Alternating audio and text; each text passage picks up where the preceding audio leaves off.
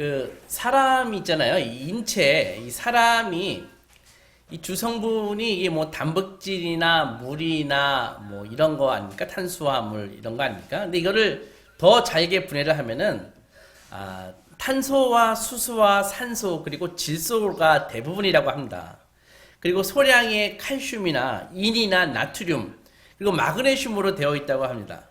그래서 사람을 이 인체를 화학적으로 분해하면 이런 것들로 분해할 수 있는데, 그러면은 이런 생각을 한번 해보면 어떨까요? 이런 원소를 잘 배합을 하면은 혹시 사람을 만들 수도 있지 않을까요? 사람이 그런 걸로 되어 있으니까 그런 원소들을 잘 배합하면은 얼마든지 사람을 만들 수 있지 않을까요? 왜냐면 그런 원소들은 지구상에 널려 있으니까.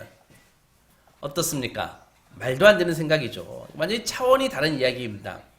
여러분들, 예쁜 우리의 아기를 보십시오. 지금 옆에서 예배 드리고 있는. 그리고 거기서 이 예쁜 아기의 모습에서 거기서 아기를 잘 보면은 거기서 탄소나 수소나 마그네슘이 보입니까? 사람뿐 아니라 예쁜 꽃을 보십시오. 그리고 날아다니는 새를 보십시오. 거기서 나트륨과 질소의 배합이 보인다면은 그 사람은 이상한 사람일 것입니다. 왜냐하면 그것은 삶이란 인격적이고 그리고 생명이기 때문입니다. 생명은 절대로 이런 단순히 화학 원소들의 조합일 수가 없고, 삶 역시 인격을 배제하면은 죽어버릴 수밖에 없습니다. 저희 집은 어렸을 때 식구가 7명이었습니다. 그래서 서울 신정동 2층 집에 방 2칸을 새들어서 살았는데, 2층 집이지만은 거기에 3가구가 살고 있었고 우리는 그 중에서 방 2개를 새들어서 사는 집이었습니다. 7식구가요. 근데 저 벽 하나 사이에 두고 그 옆방집에는 무당 아주머니가 살고 있었습니다. 무당 아주머니가 아이들을 3명을 데리고 살고 있었는데, 저는 그 집 아이들하고도 잘 놀았습니다. 근데 그 집에 이렇게 들어가 보면은, 가끔 이렇게 들어가 보거든요. 아줌마가 없을 때 애들이 오라 그래가지고 가보면은, 그 집에 가보면은 삼국지에서 관우가 쓰던 그 청룡 언월도가 탁 있습니다. 날이 탁 선 무시무시합니다. 그리고 거기서 보면 그런 칼을 들고 있는 만신상과 각종 불상들이, 여러 가지 신상들이 있는데, 어린 나이에 거기 들어가면 왠지 무섭고 기분도 나쁘고 해서 그 집 놀러 갔다가 오래 머물 수가 없습니다. 왜 그랬을까요? 생각하면 그 신상들이 정상적인 사람들하고는 아주 다른 모습이었기 때문입니다. 반면에 교회에 가면은 예수님의 이 사진인지 그림인지를 보여주는데, 그 당시에 무슨 사진이 있다고. 근데 어린아이의 눈에 보기에도 예수님은 너무 잘생긴 그 서양 배우의 모습이었습니다. 머리도 길고요, 수염도 좀 나시고, 그리고 거기 보면은 푸른 초장에서 양을 이렇게 한 마리를 안고 있거나 혹은 양을 막 치는 그런 모습이었습니다. 마음씨도 착해 보여서 저 서양 아저씨는 전혀 거부감이 들지 않았습니다. 우리 어린 나이에도 예수님은 우리와 같은 사람이구나, 정말 좋으신 분 같은데, 이런 생각이 들었습니다. 요한복음 10장에서 예수님은 이렇게 말씀하셨습니다. 내가 온 것은 양으로 생명을 얻게 하고 더 풍성히 얻게 하려 함이라. 예수님은 우리에게 굶지 않을 정도로 살 정도로 주시는 분이 아니라 완전히 넘치도록 주시는 분이구나. 생명을 주시는데 그냥 조금 주시는 것이 아니라 아주 풍성히 주시는 분이구나 라는 것을 알게 되었습니다. 여러분들 그걸 아십니까?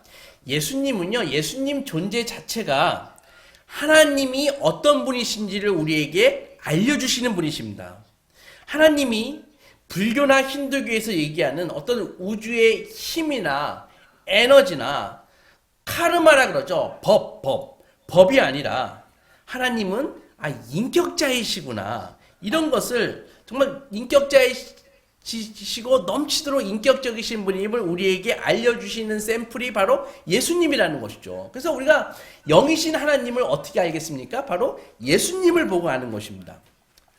우리가 하나님에 대해서 아는 모든 것은 예수님을 통해서 아는 것입니다. 즉, 예수님을 보면 하나님이 어떤 분인지 알 수 있는데, 그런데 예수님이 너무도 인격적이신 분이시라는 것입니다. 어린아이들을 안아주시고 벳세다에서 보리떡 5개와 물고기 2마리로 파티를 여시고, 갈릴리 해변에서 생선을 갖고 와라 그래가지고 그 해변가에서 숯불에 생선을 구우시는 분이십니다. 모세와 요셉과 마리아의 아들이시고 당시 가장 흔한 이름 예수라는 이름을 갖고 계신 분이십니다.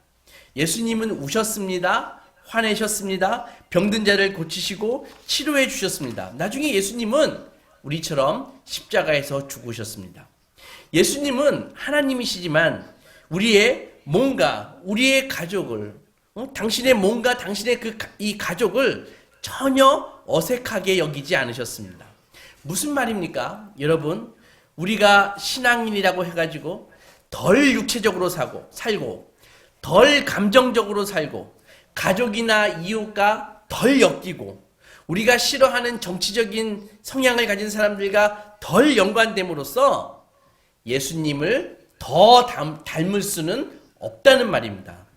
내가 싫어하는 인간들과 관계를 끊음으로써 하나님을 더 기쁘게 하거나 하나님 마음에 더 들 수 없다는 말입니다. 우리는 절대로 덜 인간적으로 됨으로써 더 영적으로 되지 않습니다.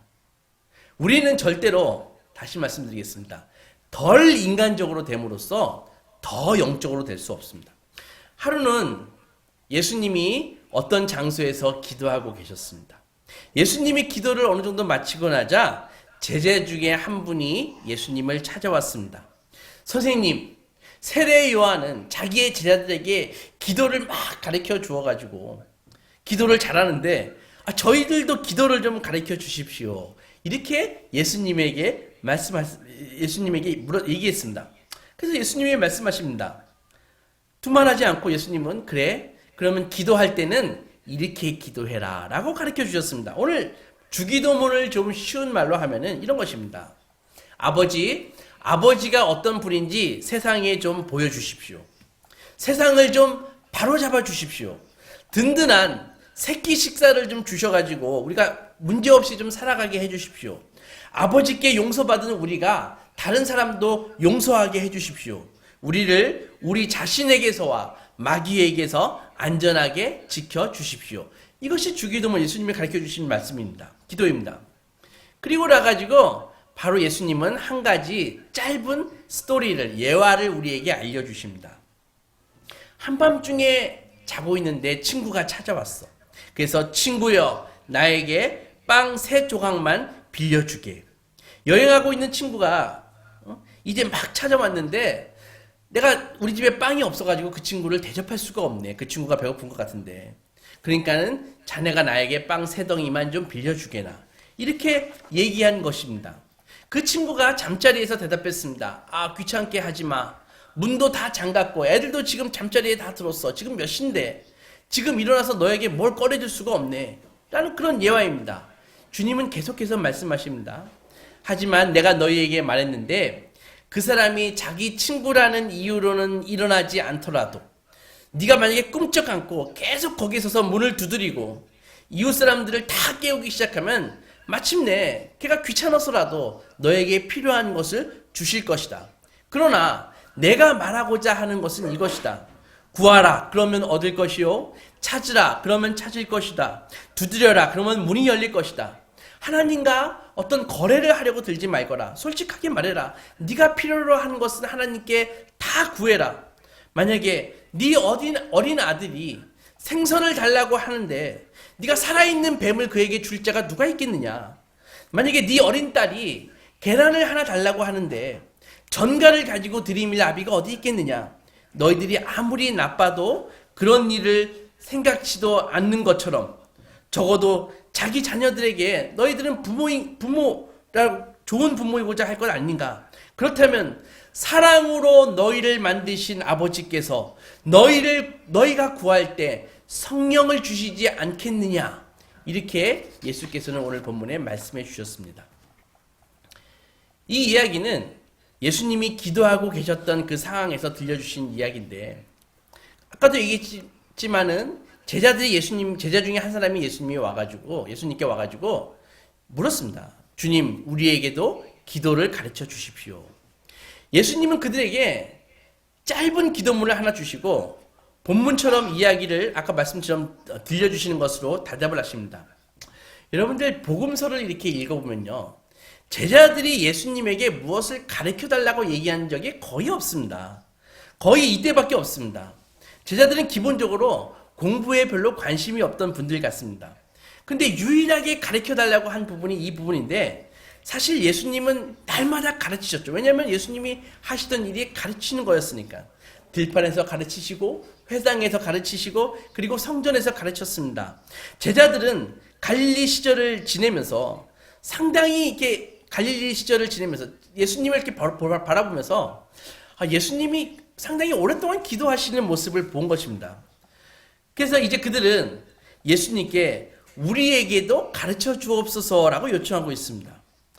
제자들은 이제 거의 3년의 시간이 다 지나서 그 어느 단계까지 이렇게 올라서 이제 한 단계 더 업그레이드 할 때 그들이 필요한 것이 무엇이었냐고 생각했냐면은 그것은 바로 기도였다고요. 그래서 그들은 우리에게 기도를 가르쳐 주십시오. 이렇게 얘기했습니다. 의미가 있죠. 그들은 예수님에게 돌 닦는 방법을 가르쳐 달라고 얘기하지 않았습니다. 그들은 하나님에 대해서 더 정확히 알 수 있도록 가르쳐 달라고 얘기하지 않았습니다. 무슨 신학 세미나를 요청하지도 않았습니다. 하나님 나라가 임할 수 있도록 이 전략적 계획 과정을 한번 수립해보자, 이런 얘기도 아니었습니다. 그저 예수님이 하시는 일을 가만히 지켜보다가 예수님이 하시는 말씀을 들으면서 이제는 3년 정도 시간이 흘렀기 때문에 이제 그들은 예수님을 따른다는 것이 단순히 예수님이 하시는 일을 모방하거나 예수님이 하시는 말씀을 따라하는 것이 아니라 예수님을 따른다는 것은 예수님이 하시는 것과 같은 방법으로 하나님과 관계를 맺는 거구나, 그렇게 알게 되었습니다. 다시 한번 말씀드리겠습니다. 예수님을 따른다는 것은 바로 예수님이 하시는 것과 같은 방법으로 나도 하나님과 관계를 맺는 것이구나. 제자들은 예수님이 하시던 그대로 하나님과 인격적으로 만나고 하나님과 관계 맺고 하나님의 사랑에서 그 능력을 공급받아 일하고 싶었습니다. 제자들은 예수님이 가장 잘하시는 일을 자신들도 잘하고 싶었습니다. 그래서 요청했습니다. 우리에게도 예수님처럼, 주님처럼 기도할 수 있도록 기도를 가르쳐 주십시오. 제자들은 큰 기대를 가지고 이제 뭔가 심오한, 예수님 입에서 뭔가 심오한 정말 기도를, 세례 요한의 제자들은 세례 요한한테 기도도 배워가지고 막 기도도 잘하던데, 이 예수님의 제자들이 우리들은 아직 기도를 못하니까 이제 예수님이 뭔가 정말 큰 것을 가르쳐 주시면은 우리도 세례 요한의 제자들처럼 기도를 잘할 수 있을 거야. 이렇게 생각했던 것이죠. 그래서 그들은 정말 수강증 다 끊고 배우기 위해서 다 예수님 앞에 모여들었습니다. 그래서 엄청나게 호기심으로 예수님을 바라보았을 때 예수님은 드디어 기도에 대해서 가르쳐 주시기 시작했습니다. 그런데 제대로 시작도 안 한 것 같은데 벌써 끝나버렸습니다. 여러분들 주기도문 아시지 않습니까? 주기도문 단어 개수를 세보면 많아야 3, 40개밖에 안 됩니다. 이거 묵상하듯이 천천히 이렇게 읽어도 불과 20초밖에 안 걸립니다.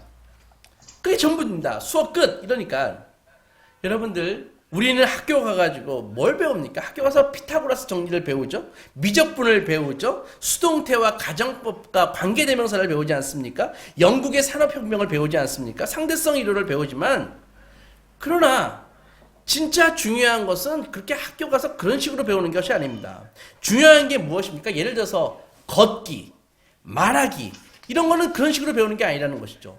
사랑하기, 소망하기, 믿기, 인내하기도 학교에서 그런 식으로 배우는 것이 아닙니다. 마찬가지로 기도하기도요, 기도 세미나 가가지고 기도하는 걸 배우는 것이 아닙니다. 기도를 배우기 위해서는 예배의 장소에 나와야 됩니다. 기도를 배우기 위해서는 기도를 잘하는 분과, 기도를 많이 하는 분과 같이 기도하면서 배우는 것입니다. 그래서 왜냐하면 기도라는 것은 철저히 인격적이기 때문입니다. 먼저 예수님이 가르쳐 주신 기도를 보면 하나님을 부릅니다. 하나님 아버지. 그렇죠? 또한 예수님이 주신 이 비유도 부르지 않습니까? 친구여, 벗이여.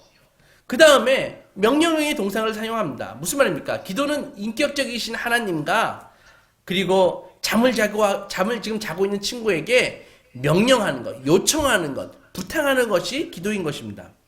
기도는요, 말을 유창하게 하는 것이 아닙니다. 기도는 자기 자신의 내면을 막 탐구하는 것이 아닙니다. 기도는 하나님에 대한 정보를 막 얻어내는 것이 아닙니다. 그래서 도닦지 말라는 것입니다. 남녀호랑갱교, 옷만이 밤매옴, 이렇게 주문을 외워서는 안 됩니다. 기도는 관계입니다. 오로지, 그리고 영원히 인격적이신 하나님을 만나는 것입니다. 따라서 기도할 때 우리는 알아들을 수 있는 말로 기도하는 것입니다. 흥미로운 것이 예수님이 가르쳐 주신 이 주기도문과 밤에 이 친구 집에 오늘 찾아간 이 비유 모두 이게 그 기도의 중심을 찾아보면은 이 먹는 것과 관계가 있다는 것입니다. 주기도문의 중심에서는 우리에게 일용할 양식을 주시옵시고, 양식이 들어가 있죠. 친구에게는 뭘 구합니까? 떡 3덩이를 달라, 이렇게 구하고 있습니다. 오늘 보면 11절 12절을 보십시오. 너희 중에 아버지 된 자로서 누가 아들이 생선을 달라고 하는 때 생선 대신 뱀을 주며, 알이 계란입니다. 계란을 달라고 하는데 전갈을 주겠느냐라고 하셨습니다. 생선과 계란은 떡처럼 기본적인 양식입니다. 양식은 우리의 생명을 유지하는데 기본적인 요소입니다. 무슨 말입니까? 기도라는 것은 우리 인간성의 가장 기초적인 것을 구하는 것이죠. 기도는 우리가 물리적으로 이 생존을 다 확보한 다음에 먹고 살만한 다음에 즐기는 그런 영적인 놀이가 아닌 것입니다. 매일 먹을 양식을 주십시오. 떡 3덩이를 빌려주게. 아빠 생선 먹고 싶어요. 계란 후라이 먹고 싶어요. 이런 것입니다. 여러분들, 우리는 가난합니다.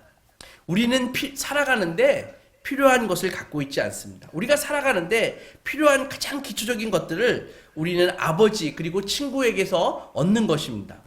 우리는 이렇게 생각합니다. 많은 사람들이 내가 좀 연봉 좀 괜찮게 받을 수 있는 직장을 잡고, 아니면은 지금 내가 지금 하고 있는 사업이 좀 안정되고 나면은, 혹은 아파트 융자 좀 다 갖고 나면은, 그리고 내 현실적인 문제를 다 좀 해결하고 난 후에, 그 후에 신앙생활 열심히 해야지. 천국을 위한 준비는 나중에 해야지.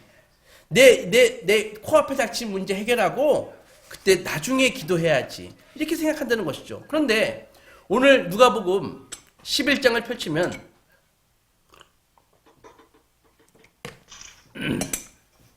무엇이라고 쓰여 있습니까? 11장의 핵심은 너희들의 가난과 궁핍함을 깨달아라, 그런 것입니다. 너희들은 양식과 떡이 필요한 존재다라고 말씀하십니다. 그리고 너희들이 필요한 양식을 구하라라고 되어 있습니다. 예수님은 당신의 이야기에서 우리에게 분명하게 떡을 건네줄 친구에 대한 이야기를 들려주시고 있죠.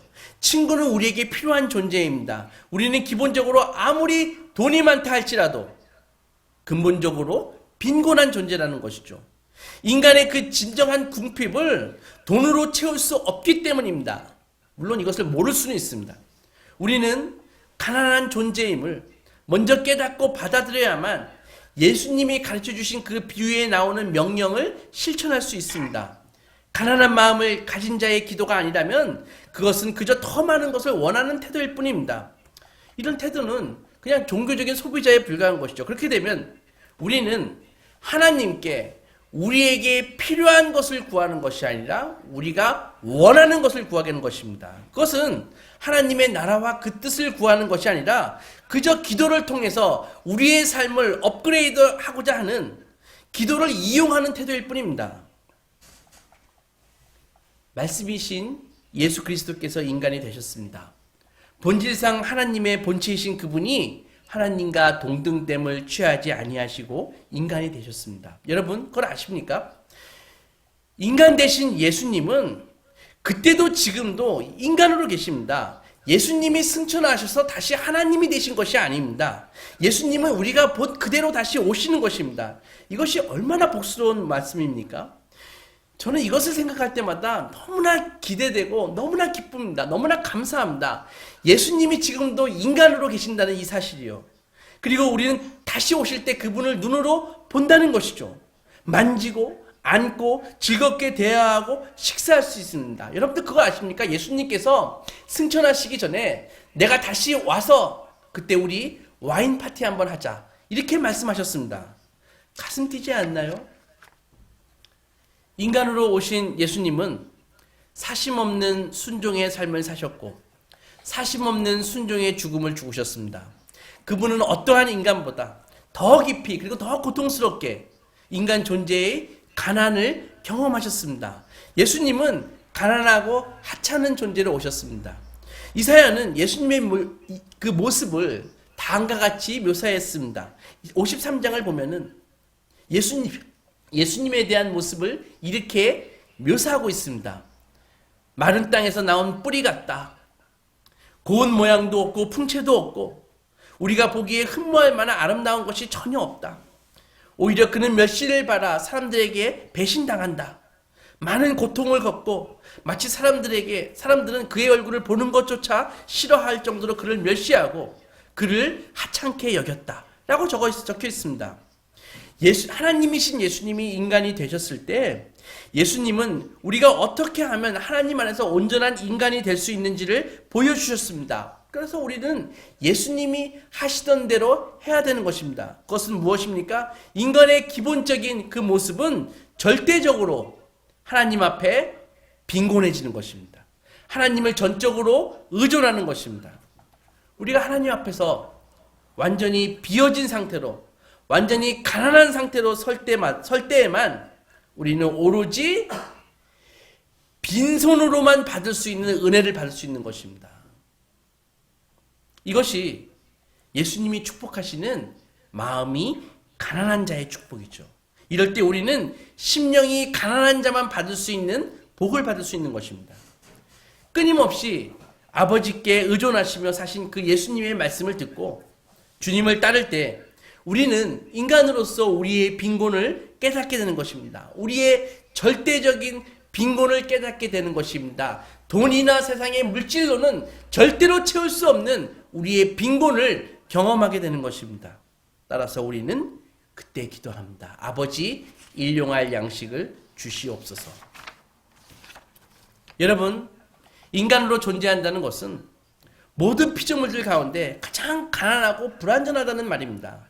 우리의 진정한 필요는 왜 그렇습니까? 왜 인간이 가난합니까? 왜냐하면 우리의 필요는 언제나 우리의 능력을 넘어서 있기 때문입니다. 사랑하는 소망교회 성도 여러분, 많은 사람들이 기도를 이용해서 필요한 것을 구하는 것이 아니라 원하는 것을 획득하려고 합니다. 내 삶을 좀 더 나아지게 만들려고 하는 것입니다. 아까도 말했듯이 그것은 삶의 수준을 높이기 위해서 기도를 이용하는 것일 뿐입니다. 그러나 우리가 기도하면 덜 빈곤해지거나 생활 수준이 높아져서 덜 의존적이 되는 것이 아니라 오히려 기도하면 기도할수록 더 빈곤해지고 더 하나님을 의존하게 되는 것입니다. 기도할수록 우리의 죄가 우리에게서 멀어지고 예수님께서 구원하실 수 있는 상태로, 우리의 심령이 그 가난한 상태로 우리는 은혜의 바닷속으로 잠기게 되는 것입니다. 오늘 본문 13절에서 주님께서 말씀하셨습니다. 너희가 악할지라도 좋은 것을 자식에게 줄 알거든 하물며 하늘 아버지께서 구하는 자에게 성령을 주시지 않겠느냐 하시니라. 무슨 말입니까? 성령이라니요. 우리는 일용할 양식을 구했지 않습니까? 우리는 떡 3덩어리를 구했지 않나요? 우리는 생선과 계란을 구했지 않았나요? 그렇습니다. 그런데 우리는 그것을 구했잖아요. 그런데 하늘 아버지께서는 우리가 그것을 구할 때 우리에게 성령을 주신다는 것입니다. 실망스러우신가요? 나는 떡이 필요해서 구했는데 하나님이 성령을 주신다고 오늘 답변하지 않습니까? 여러분, 이거 우리가 원하지 않는 거라서 실망스러우신가요? 여러분, 성령님이 누구십니까? 성령님은요, 우리가 듣고 말하고 행동하는 모든 우리의 일상 가운데서 우리와 인격적으로 존재하는 하나님의 그 존재 방식이 바로 성령님입니다. 성령님은 우리의 삶에, 그리고 우리의 가족과 이웃의 삶에, 그리고 나의 모든 직장과 사업 가운데 계시는 하나님이십니다. 구하는 자에게, 찾는 자에게, 가난한 마음으로 간구하는 가난한 자에게 하나님께서는 임마누엘의 하나님, 즉 성령님을 주셔서 우리와 함께 우시고 아파하시고 기뻐하시고 상처를 싸매시며 치료하시고 아둔한 우리를 빛으로 인도하시고 우리의 필요를 공급해 주시는 분이십니다. 아무쪼록 소망 가족들, 심령이 가난한 자 되어서 성령을 선물로 받으시는 소망의 자녀들이 되시기 주님의 이름으로 축원합니다.